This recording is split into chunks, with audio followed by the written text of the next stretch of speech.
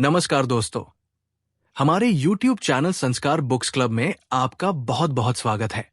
हमने श्रीमद् भगवद गीता के महत्वपूर्ण श्लोकों की एक सीरीज शुरू की है जो आम इंसान के जीवन को समृद्ध बना सके। आज हम गीता के 10वें अध्याय को सुनेंगे। इसमें भगवान बता रहे हैं कि मैंने कैसे इस सृष्टि की रचना की और मैं उसे कैसे चलाता हूं। वो बता रहे हैं कि सृष्टि की रचना करने के बाद उन्होंने कैसे 7 ऋषियों को जन्म दिया और उन्हें कैसे इस सृष्टि को चलाने का जिम्मा सौंपा। आप इस वीडियो में खो जाएं, उससे पहले आपसे विनम्र निवेदन है कि इस वीडियो को लाइक, शेयर और सब्सक्राइब अवश्य कर लें, जिससे हमारा मोटिवेशन बना रहे और हम आपके लिए ऐसे ही ज्ञानवर्धक वीडियो लेकर आते रहें। शुरू करते हैं आज का एपिसोड, तो सुने। श्री भगवान बोले, हे महाबाहो, फिर भी मेरे परम रहस्य और प्रभावयुक्त वचन को सुन, जिसे मैं तुझे अपना प्रिय मानकर तेरे हित की कामना से कहूंगा। मेरी उत्पत्ति को अर्थात लीला से प्रकट होने को न देवतागण और न महर्षिजन जानते हैं, क्योंकि मैं सभी देवताओं और महर्षियों का आदि कारण हूं।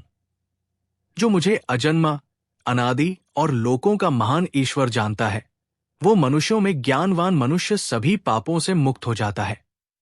निश्चय करने की शक्ति, बुद्धि, ज्ञान, क्षमा, सत्य, इंद्रियों को वश में करना, मन का निग्रह, सुख दुख, उत्पत्ति प्रलय, भय भय, अहिंसा, समता, संतोष, तप, दान, कीर्ति और अपकीर्ति, ऐसे ये प्राणियों के नाना प्रकार के भाव मुझसे ही होते हैं।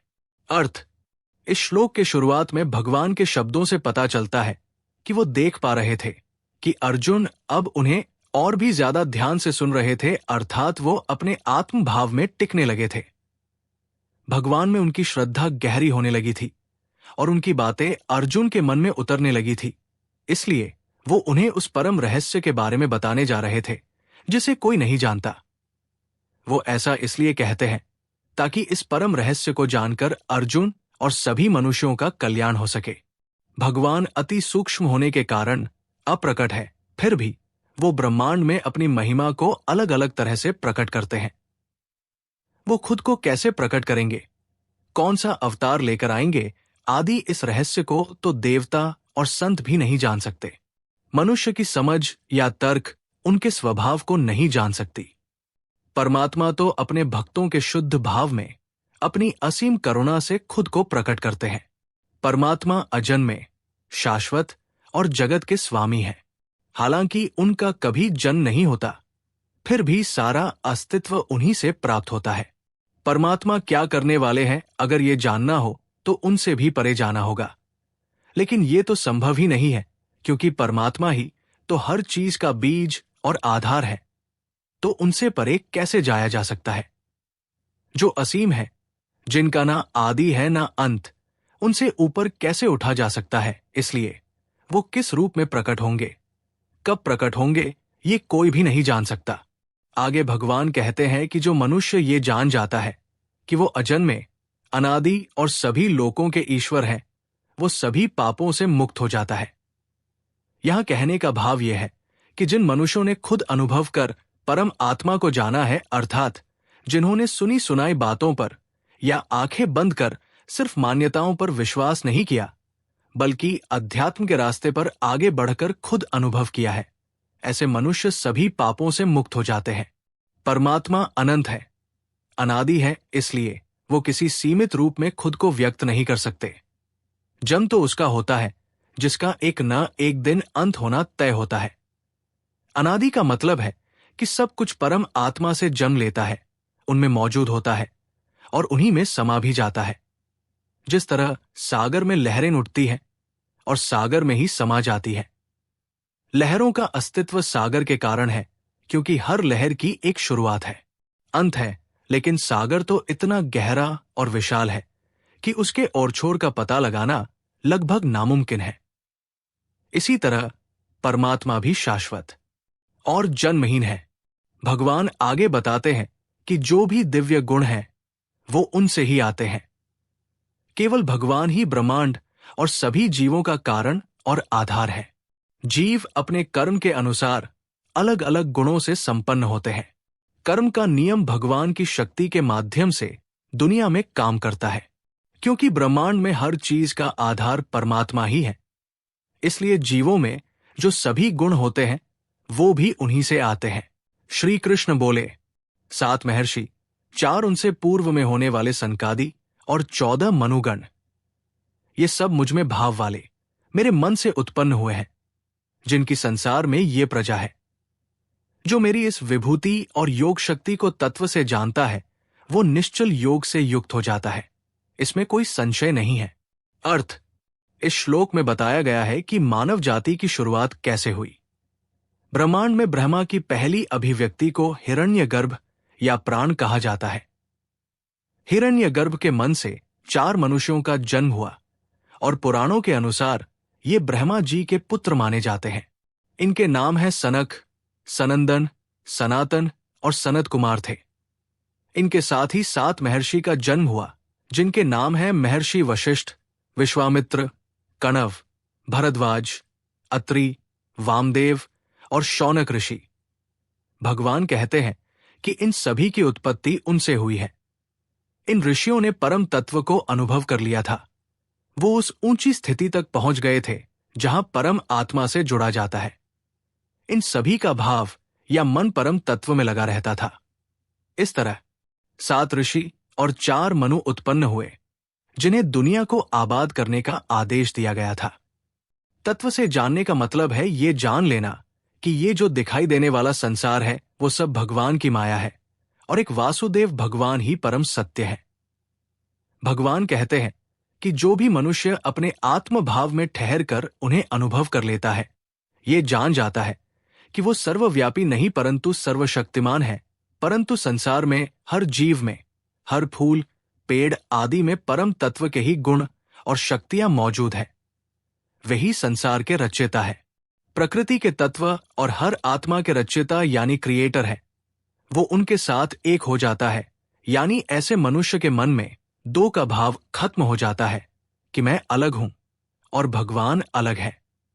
जहां 2 का भाव खत्म हो जाए वहां द्वेष, ईर्ष्या, लगाव सभी भाव नष्ट हो जाते हैं और मन शुद्ध हो जाता है, जो मनुष्य की मुक्ति का कारण बन जाता है।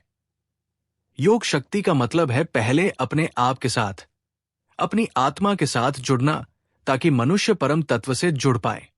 श्री कृष्ण बोले, मैं वासुदेव ही संपूर्ण जगत की उत्पत्ति का कारण हूं और मुझसे ही सारा संसार चलता है। ऐसा जानकर श्रद्धा और भक्ति से युक्त बुद्धिमान भक्तजन मुझ परमेश्वर को ही निरंतर भजते हैं। मुझ में अपने चित्त को लगाकर और प्राणों को अर्पित करके भक्तजन आपस में मेरी भक्ति की चर्चा करते हुए मेरा गुणगान कर निरंतर संतुष्ट होते हैं और मुझ में ही रमन करते हैं। उन निरंतर मेरे ध्यान में लगे हुए और प्रेम पूर्वक भजने वाले भक्तों को मैं बुद्धि योग प्रदान करता हूं, जिससे वे मुझे ही प्राप्त होते हैं। उन पर अनुग्रह करने के लिए उनके आत्मभाव में स्थित हुआ मैं अज्ञान से जन्मे अंधकार को प्रकाशमय तत्वज्ञान रूप दीपक के द्वारा नष्ट कर देता हूं। अर्थ, भगवान एक बार फिर इस बात को कहते हैं कि वो सबके जन्म का कारण है, क्योंकि किसी भी चीज के अस्तित्व में आने के लिए बीज की जरूरत होती है और परम आत्मा वो बीज है जिनसे जीवन की शुरुआत हुई थी और उनकी शक्ति के आधार पर ही सब कुछ चलता है। यहां बुद्धिमान उसे कहा गया है कि जिसका मन बुद्धि परमात्मा को पाने की ओर लगा हुआ है। इस श्लोक में भगवान बता रहे हैं कि आखिर भक्त किसे कहा जाता है। यहां उस भक्त के बारे में बताया गया है जिसने परम तत्व को अनुभव कर लिया है। यहां वो 3 बातें कहते हैं। पहला, उनमें अपने चित्त को लगाए रखे, यानी जो मनुष्य लगातार अपने मन, बुद्धि को परमात्मा में लगाए रखता है वो भक्त कहलाने योग्य हो जाता है। ऐसा मनुष्य जिसकी बुद्धि को विश्वास हो जाता है कि परम तत्व ही वो आधार है जिनके कारण संसार बना है और अकेले मनुष्य का कोई भी अस्तित्व नहीं है, तो उसके मन को बेचैन करने वाले विचार उठना बंद हो जाते हैं।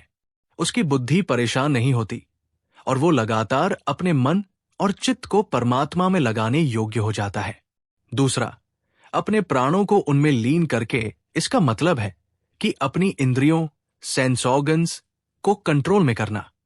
भगवान कभी ये नहीं कहते कि संसार से या अपनी जिम्मेदारियों से दूर भागना है, बल्कि वो कहते हैं कि अपनी इंद्रियों को इस कदर काबू में करना है कि मनुष्य के सामने चाहे कैसे भी आकर्षण, वस्तु, व्यक्ति, वैभव या चाहे जैसी भी परिस्थिति क्यों ना आ जाए, वो उसकी इंद्रियों को बेचैन ना कर पाए और उसे हमेशा याद दिलाती रहे कि अगर परमात्मा नहीं होते तो उसकी इंद्रियों का कोई अस्तित्व नहीं होता।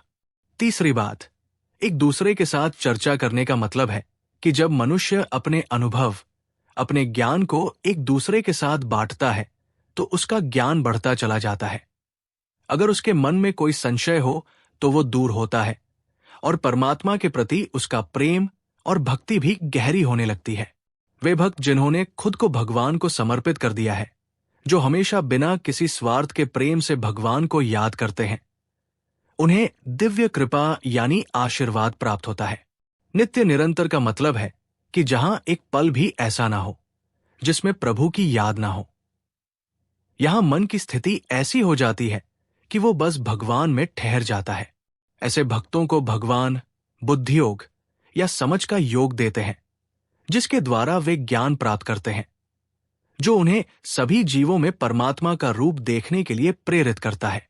बुद्धि योग का मतलब है कि एनर्जी का जगत की ओर नहीं, बल्कि अंदर की ओर बहना, जो मनुष्य को खुद के साथ जोड़ देती है, जिस कारण वो अंत में परमात्मा से जुड़ पाता है और अंत में उन्हें पा लेता है।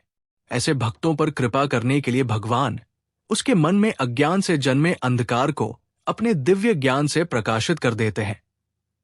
यहां कहने का भाव यह है कि ऐसे भक्त अद्वैत सिद्धांत को मानने वाले बन जाते हैं, यानी जहां दो का भाव ही खत्म हो जाता है। ऐसे भक्त जान जाते हैं कि सब कुछ परमात्मा से शुरू होता है और एक दिन उनमें ही सिमट जाता है। सब उनकी ही परछाई है, यानी मैं और तू का भेद ही बाकी नहीं रह जाता। अगर गौर से सोचा जाए तो ये मैं और तू ही तो हर झगड़े और क्लेश की जड़ है। ये दो का भाव ही तो हर भेदभाव का कारण है। बुद्धि योग मिल जाने से ये जड़ से ही नष्ट हो जाता है। भगवान बताते हैं कि कैसे भक्ति अज्ञान के नाश और प्रकाश के उदय की ओर ले जाती है। भक्ति भी ज्ञान पाने का एक साधन है। इसके माध्यम से मनुष्य दिव्य कृपा और बुद्धि योग यानी समझने की शक्ति प्राप्त करते हैं।